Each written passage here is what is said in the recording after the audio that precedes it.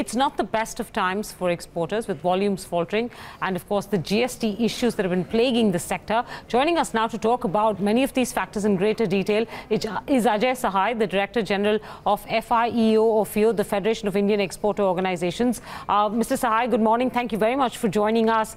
I'm going to start by first bringing into focus the GST-related issues.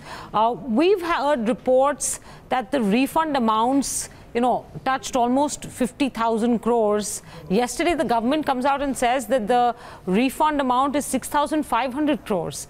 What number are we supposed to work with? What is it that the export sector is currently waiting for? Because the government also said that the refunds are not being processed because exporters are not filling in forms correctly.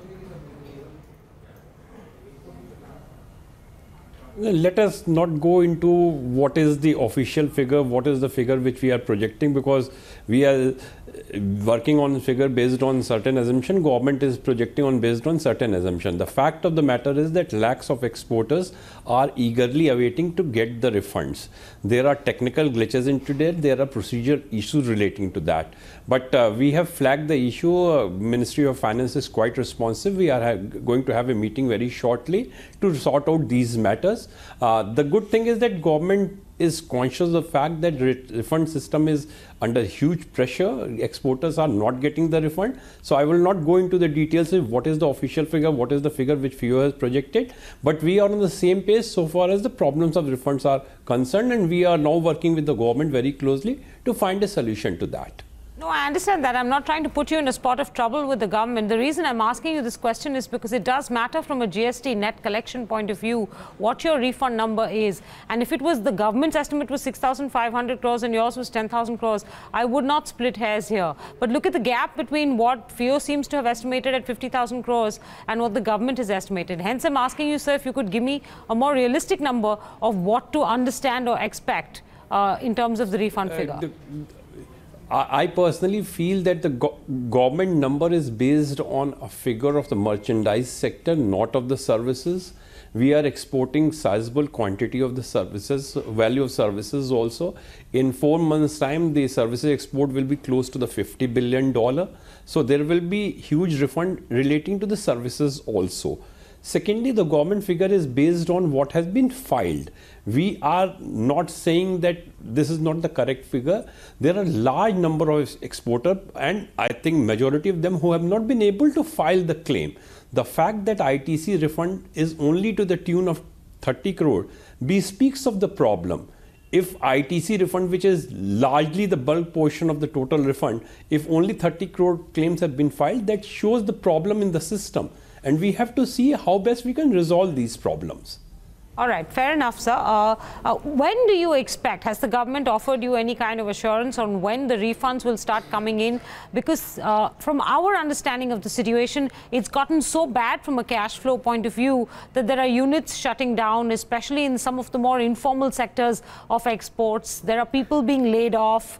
Can you give us a sense of what's going on the ground? And I'm not talking about the large corporate exporters. I'm talking more about the informal sector that exports. No, in fact, everybody knows that MSME sector is in problem. They hardly have the liquidity available with them. Some of the companies have stopped taking further order because they hardly have the money to pay for the raw material, to convert the raw material into finished goods for exports. And this is something which we have flagged. I don't have any figure about the layoff, but definitely some of the MSME units have interacted with us, and they said that they can't stretch beyond this point, and if the refund is not flowing to them, they will not be taking further orders. Because I know your colleague, Mr. Saktivel, told one of our colleagues in Bloomberg that about 10,000 workers have lost their jobs in just the Tirupur export hub on account of, I think the GST-related issues and the cash flow-related issues. So is there any way to extrapolate that across the country and see what the number could amount to? No, in fact, we have not worked on that. That's why I would not put a number on that. Definitely, it's a fact which is known to the government also, that MSME sectors is having huge problem, and they have come to the verge where they cannot take further order. And if they're not taking further order, its obvious impact on employment creation is known to everybody.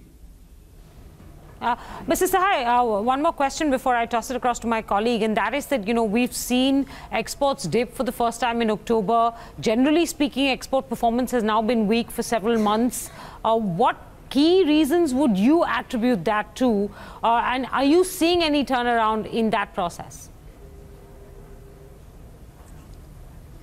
Let us look at these factors. They are few cyclic in nature, which will improve with the passage of time. Let us take the case of currency appreciation otherwise, but there is structural problem with Indian exports, and in many of the key sectors we are losing our competitiveness.